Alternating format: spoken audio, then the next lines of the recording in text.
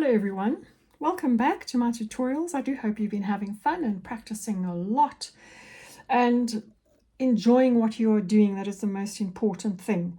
Even if your practice isn't exactly what you were looking for, you'd learn something with every little bit of drawing that you put in with regards to time. It is never ever wasted in my view. So today we're going to try out this paper. We're going to be doing a charcoal leopard, and one of my subscribers has bought this paper. It is for pastel as well as charcoal, dry medium. You can use graphite on it. It supposedly allows for a wide variety of dry media.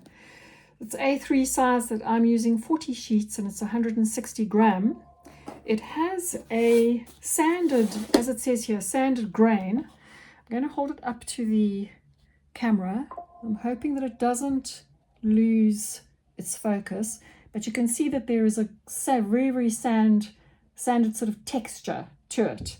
It isn't like the pastel matte or like their My Taint's Touch, in that they have sprayed a sort of a sanded type of bonded whatever it is that they do with the paper. It isn't that at all. It is a paper that has been, I suppose, put through some sort of cylinder, or just the way that it is made. It really is quite beautiful. So without any further ado, let's put our leopard onto it. I'm using this leopard. This leopard is from Unsplash. I have marked charcoal out on the back of it so that we can trace it onto our paper. We don't want to waste too much time getting it onto the paper, our subject onto the paper, because we want to be rendering.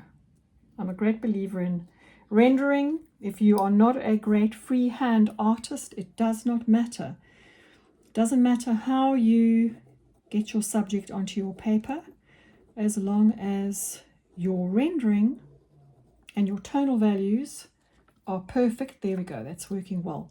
That is all that you need to do at the start of your art career. Do not be bullied into thinking that because you are not doing it freehand, that it isn't good enough, because that is not true. At the end of the day, my belief is that you have to get all of your tonal values correct to enable a 3D looking type of painting or drawing, whatever it is that you are doing. So if this is how you manage to acquire that or get that 3D effect, do not be bullied into thinking that it is cheating, because it isn't.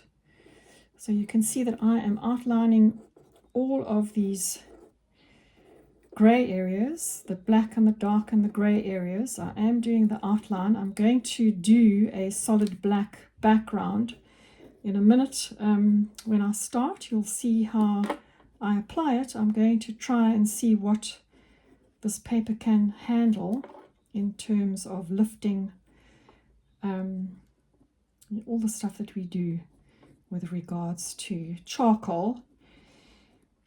See how it pans up to the pastel matte, although we shouldn't really be comparing it to that or to their My Taint's Touch, because this is not primarily a pastel paper.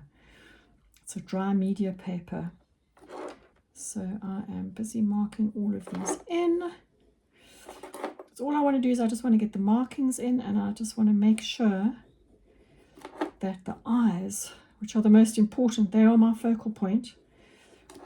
If you watch any of my other tutorials, you will know that I am a big one on making sure that the eyes are 100% correct. I just want to have a look and see how I'm doing here. Yes, that's looking good. Right. So you do get various types of tracing paper for artists. The two that I've seen is black and white. I did try the white on here, but it did not do anything at all. My black one has gone AWOL. So I thought, right, well, let me just go back to the absolute basics. I feel like I'm back at school, where, if you can remember, with your artworks or some of our artworks, we used to trace exactly like I've done now and get it down onto the paper by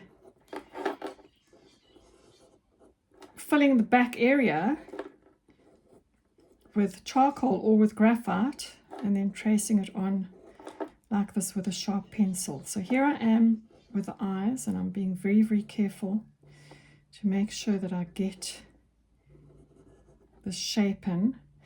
I'm not going to put in the reflections because we can do that in the drawing itself, but I do want to make sure that I get this very, very black outline.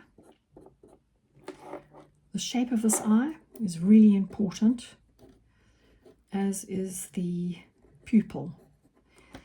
I'm just coming, obviously you can see I'm just coming down into this area, just making sure that I get this dark grey. There's some light on the nose on this side. This is a beautiful photograph. I love the stark white contrast to the rest of the animal. I love these stark white. I have manipulated the drawing a bit, or the photograph a bit, should I say. I do manipulate it. This was color, if I remember, and then I'll put it into mono just on my app on my iPhone, and then I'll manipulate the contrast and the shadows, the rest of the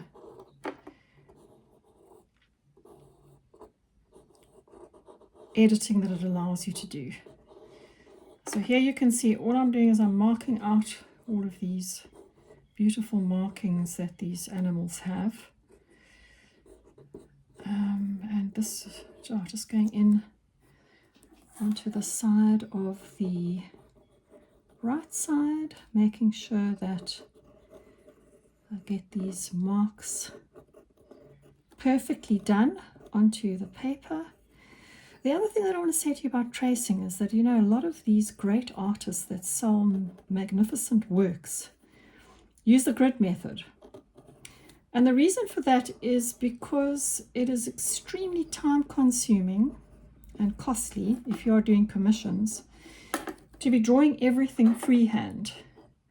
And there is absolutely nothing wrong with tracing or using the grid method.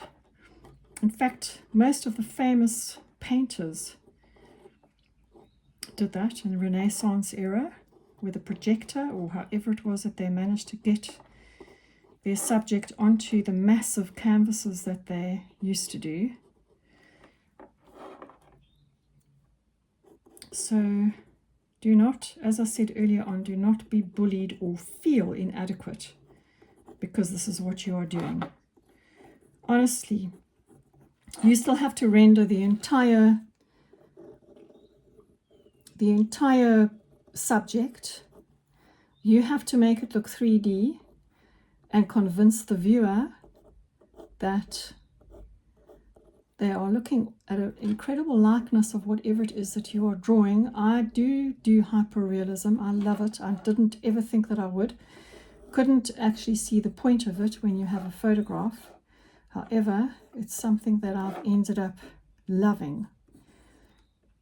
I pride myself on getting it as realistic as possible, that when I post it, people can't tell the difference between it and a photograph. It just gives me great joy, especially when it comes to people's pets and portraits of humans. So here we go. We are going around down here on this neck part. It's quite intense around this area here. You can see that it kind of disappears into the shadow, but we do have a very dark tonal value that is still showing up here, and I want to achieve that. So hence my going around every single little mark and making sure that I get it, and especially this very, very high contrast. We may go in with some white pastel. We definitely will be for the whiskers, There's nothing like white pastel to bring out those whiskers and those highlights. So I'll definitely be using that in this portrait, that I'm sure of. But you can see that this is quite intricate, especially when we get here to all of these beautiful whiskers. Gosh, these animals are beautiful. So you want to make sure that you get this area down. This area is not as highlighted as that, but I am going to put in these markings just to make sure I know where all these different tonal values start and end, kind of. It's quite a difficult thing to achieve, or once you've gone over it. You can see that I'm not really, it's not really coming through if I do marks, so I'm going to do a continuous line just so that I've got an idea of where things start and stop. Right, let's get the nose in. So we have been busy with so many, well, not so many really, I suppose, 3 exhibitions. One was a pop-up. It was absolutely magnificent at a beautiful restaurant and wine establishment. It was very, very successful. And then we had the Plet Art Festival, which was fantastic, and that was very, very good to be a part of. And now we have just set up for the Plet Bird Festival, which is so hugely successful. They've invited some artists. We are one of them. We're very excited. But sure, it is tiring. It's exhausting, in fact, because you want to make sure everything is perfect. And there's 4 of us who have decided to do this together, and we just work so well together. We've just set up the bird yesterday, but what it does is it takes me out of this sort of thing which I love doing, which is obviously tutorials. Takes me away from it and pushes me sort of not into a corner, but time is obviously very, very valuable and disappears quickly, and especially when you're sitting at a venue like we will be Saturday and Sunday, tomorrow and Sunday. And you can't really be, well, obviously you can't, I can't be doing this because it's a live event with lots of people coming in, and we're hoping that we sell lots and lots of our art. So look at this area here. Look at how pretty this is. So this looks like it could be part of a paw, top of a paw, because I'm seeing a demarcation here. But this is great, and I haven't put that in. I just want to do that. So by using a pencil, you can actually see on the printout what you have traced through and what you haven't. So it does help quite a bit. Okay, what else here? Just want to get all of that in. These marks are hardly there, but you'll be amazed at the difference that it makes to your drawing. Your drawing won't be so flat. And that's what you're achieving. You're going for a 3D effect. That's what you want ultimately at the end of the day. I'm going to put in some of these. We are going to be doing this background, so that is going to disappear, so maybe don't do that. I've just stopped doing those, and I'm just going to put in some of these whiskers just as a guideline for when we put these in with the pastel. Right, so let's have a look and see what I have here. Oh, okay.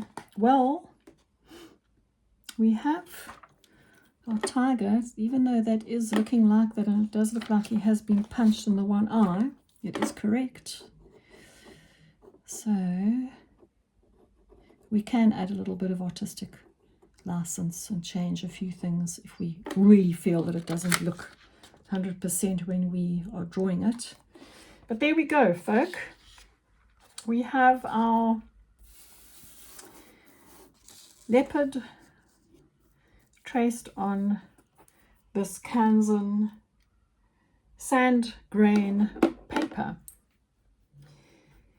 And we can start. I'm going to start on the background. I'm going to start, because I am right-handed, I'm going to start on the left-hand side and work round to the right. And what I've got here is, I sharpened this pencil, not now, that is from drawing on the back of the print to be able to trace it on there. But I've kept it, and I want to use it to do the background. I'm going to use the soft tool and carefully go around, and I just want to see how this paper reacts to, well, anything that I usually do with charcoal on any other paper. So we can immediately see here that we're not getting a very dark charcoal effect. I've gone in with a little bit more just to see if I can get a bit of depth going. I'm not really getting much more depth going. I really do want a dark background. I think what I'm going to do with this, I think I am going to put some tape around it, seeing as I am going for a dark background, just to try and get a bit of a clean edge. Whoops, that is so skewed, it's just not funny.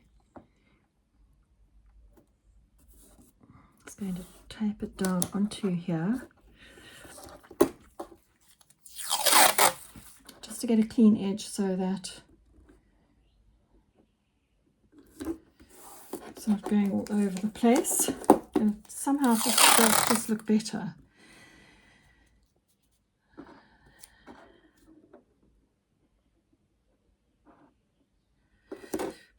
There we go.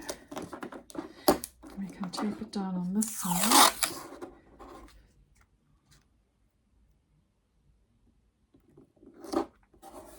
Right. So now I can add it without worrying about going over onto my easel. So I'm just adding the first layer. I'm going to see if I can add more layers.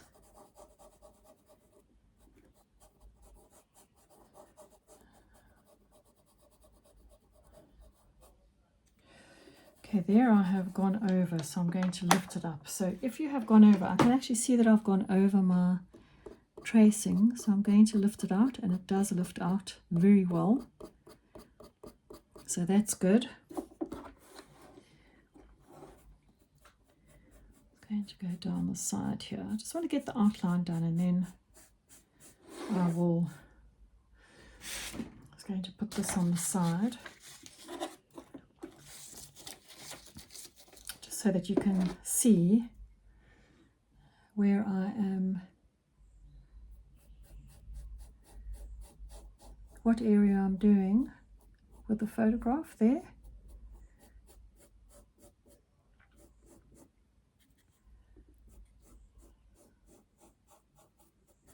So I'm going to go in for another layer. I do want it darker than this.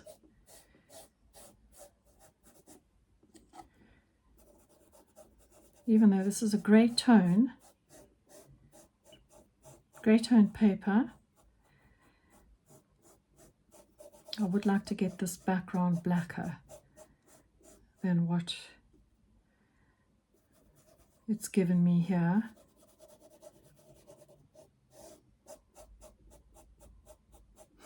You see, now when this happens, then I'm tempted to go and get out the pastel, the pan pastel, But this is a charcoal tutorial, so I mustn't. I must keep going and keep trying to get a darker background.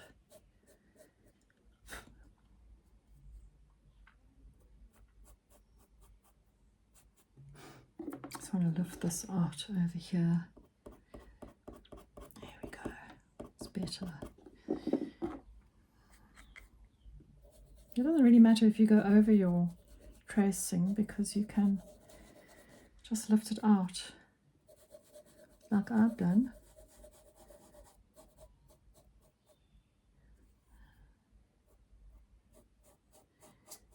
You can still see the tracing through the charcoal, which is quite nice.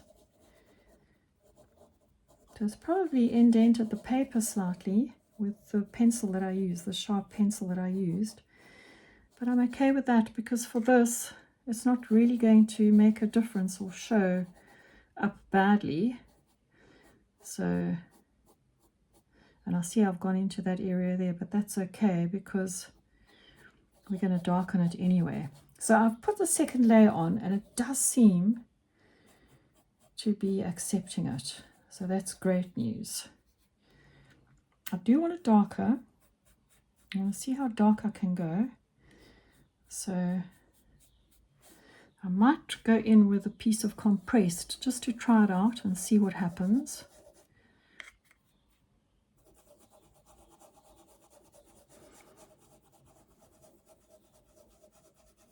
Because we do want that contrast that we see with him. You can see that there is a bit of light reflecting off of something at the top of this photo. We can pull that out with our kneaded eraser. So that I'm not too worried about either, in case you are, while you are doing this. So I'm going, this is a third layer in this area that I'm trying. And I don't think it's going to accept much more of this powder. Gently blowing it off, it looks quite good. You can see that it is very, very textured, because some of it has, obviously the charcoal has gone right into the grain. So this pencil that I sharpened that I'm using here is a general soft pencil.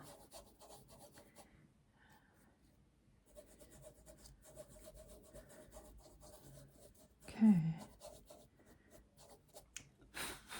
So you can get it slightly darker.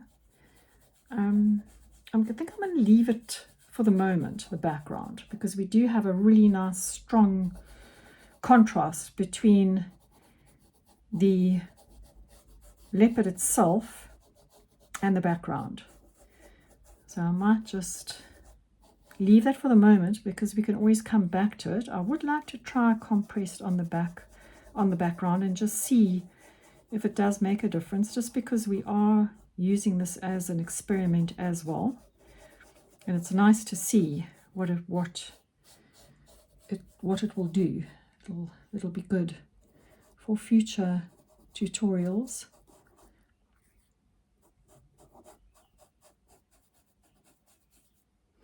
So do go slowly with this area. Don't be tempted to do it as quickly or as fast as you can, because you want your background to really make the animal pop. I don't know if I'm going to get much more of this into the paper. Basically, what is happening here is, with the soft tool, I am pushing it into the paper, gently pushing it into the paper layer by layer. So you can see that we do have a darker background than when we started, which is great. It is exactly what we want to achieve. So that's a good start. I'm going to use the pencil, and as always, I will be starting on the eye. I have got my blending stumps, and I have my piece of kneaded eraser, and I have my mono 0. Please forgive my nails. I have been putting up exhibitions, and yeah, your nail, it doesn't really work well with having painted nails. So these are my tools. Just going to move my desk over so that you can see them properly. These are my tools. My mono zero eraser, my 2 blending stumps, and my general soft pencil and my soft blending tool along with my kneaded eraser. So I don't know why this is not coming into the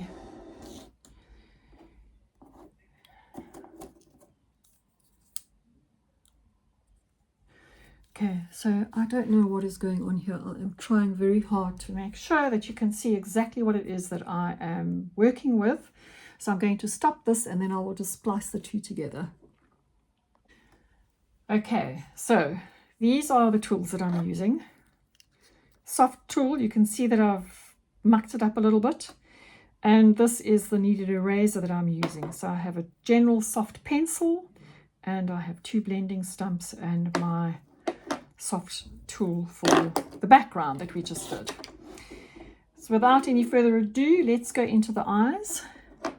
We are going to do exactly the same thing as what we did with the kitten, the cat. We're going to go around, we're going to try the same process that I usually try. And we're going to go in so that we are getting a lovely dark effect there.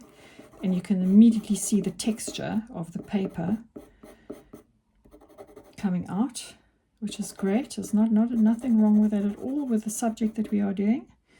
It's going to go back up around here. Let's get this piece nicely in on that side. And this whole section here. So I'm filling in exactly like I did on the cat. We're going to blend it out. Just going to get this pupil in.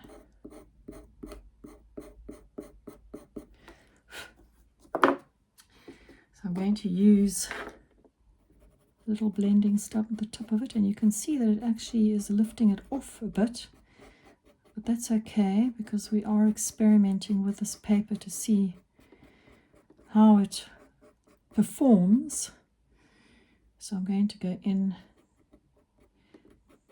around the pupil, which is this area here.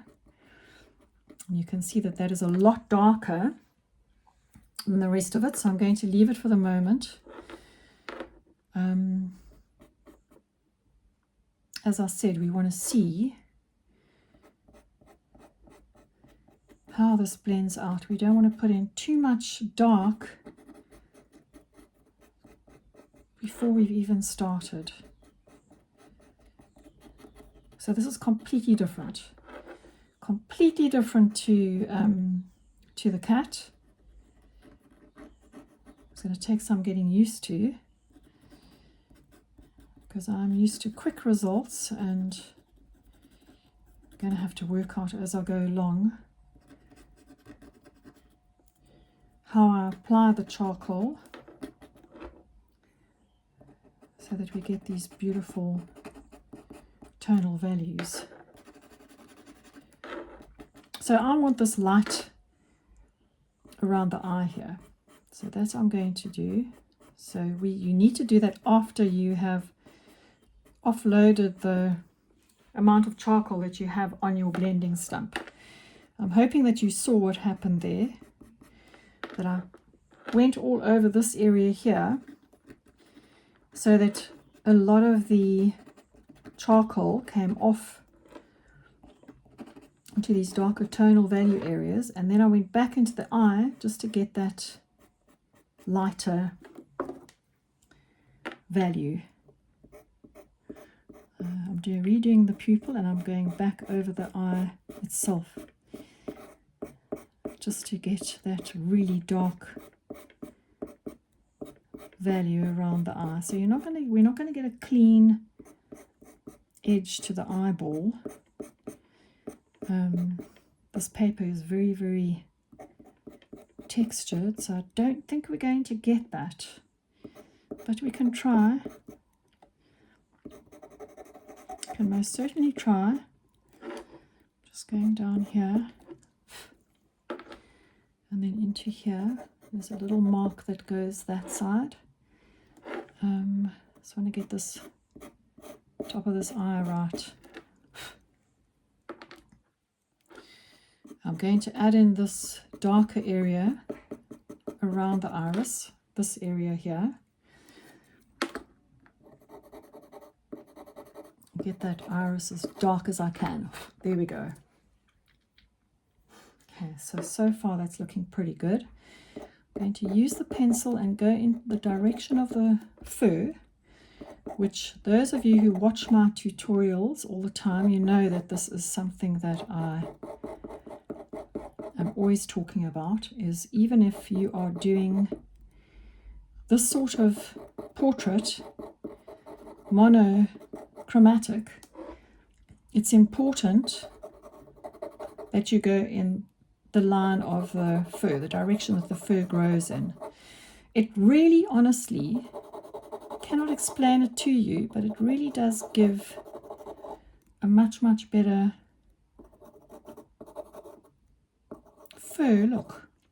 I'm going to go in here and then I'm going to blend it out because it is quite dark on this side.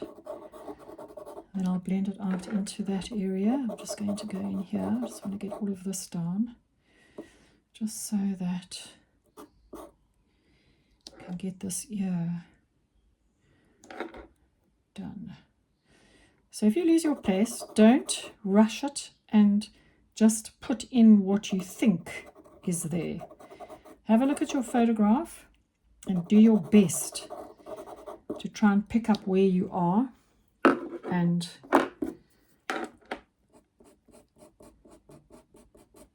get the marks right. Here we go. So we've got that right. So now I am getting a little bit of the hang of this, understanding how this blends out, which is very nice indeed.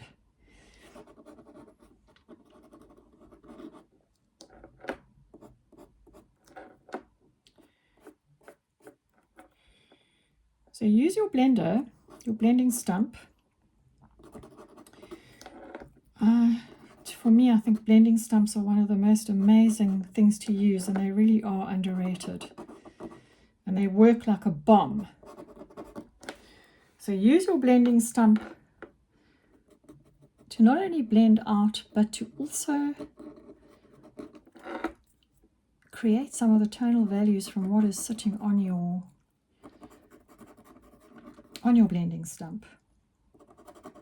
So we're going to have to go into this area here and make it as dark as we can, because I really do like that whole look. Something's not right here. So I'm going to have a look and see. What have I done here? So that is that, which is right. That goes out there. And it does look right. I think I've gone into the face a bit too much here on this side. So let me just take that out. Okay. Let's get that done. And you will see that I do jump all over the place. As you see tonal values opening up in other areas.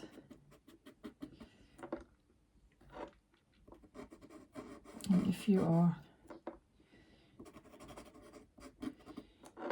see that area and you want to get the tonal value correct quickly, then do it, jump into it. So it makes it so exciting.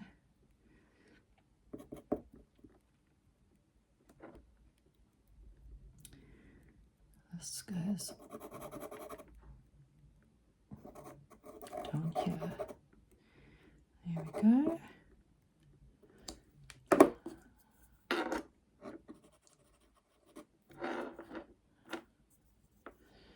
Going to widen this bit of this eye a bit more.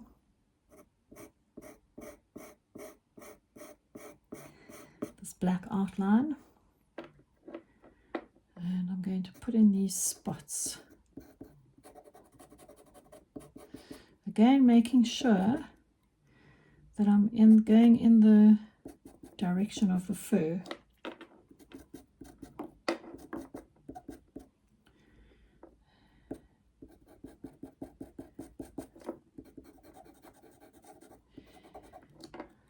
Just want to make sure that we get all of these in.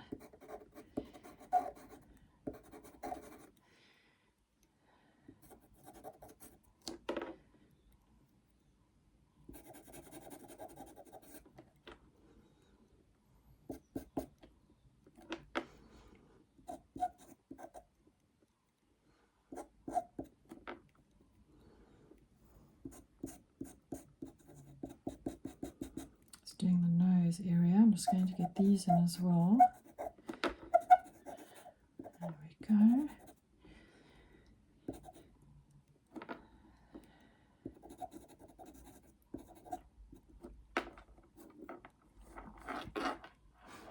Okay, so here's the nose.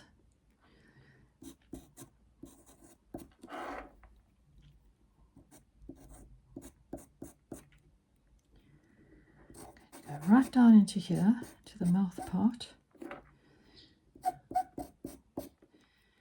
up the other side, and we're going to blend that out.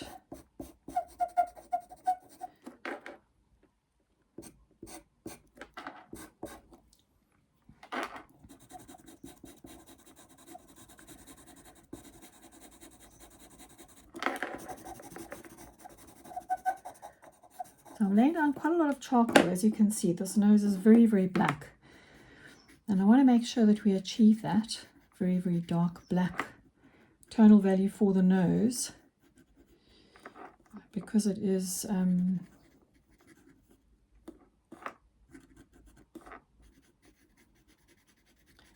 important that we have our tonal values. If the nose is as black as the eye, that's what we need to achieve. So I'm blending this out down here into this area.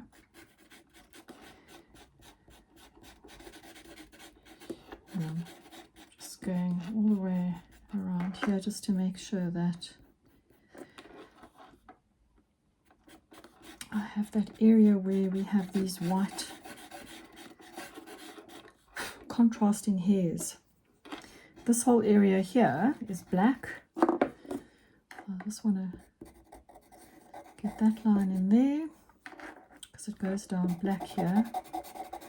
So I just want to make sure that I demarcate that, and on this side. I just want to make sure that I get that, and that I remember for later, for future, when we carry on with the actual area down there, that I have that dark black on either side of the mouth correct.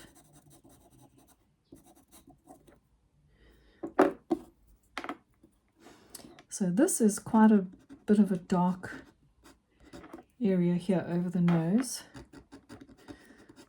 So I am using the blending stump to do that, putting that dark in there, and then I'm going to use the blending stump to come up over this area. This whole area on this side is darker value than the other side. So I just want to make sure that I demarcate that. And then this is even darker than that. So I just want to make sure that we get that in, and that we get that sharp line. So you can actually get quite a sharp line on here. I'm managing to achieve that, pressing quite hard, laying down quite a bit. So I want to make sure that I get this right. Forgive the noise. So unfortunately,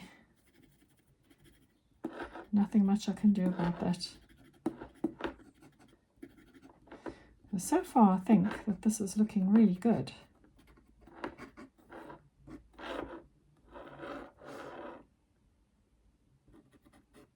Just want to lay down a little bit more here. I just want to get this. This goes around. So I want to make sure that I get that shape.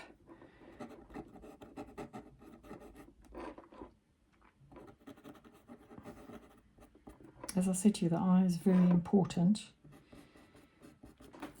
Just want to get get that little arched area out.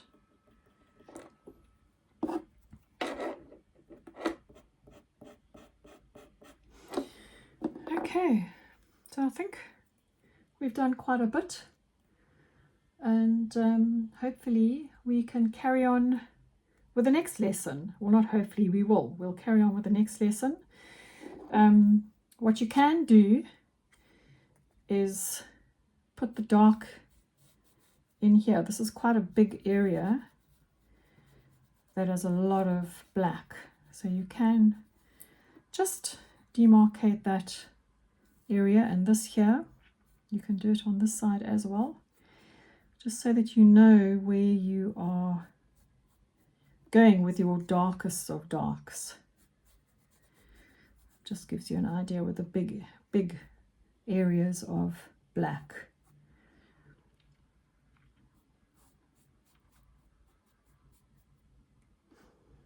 There we go, everybody. I hope that you've enjoyed this first part of this lesson and that you will have fun continuing with it. Bye for now.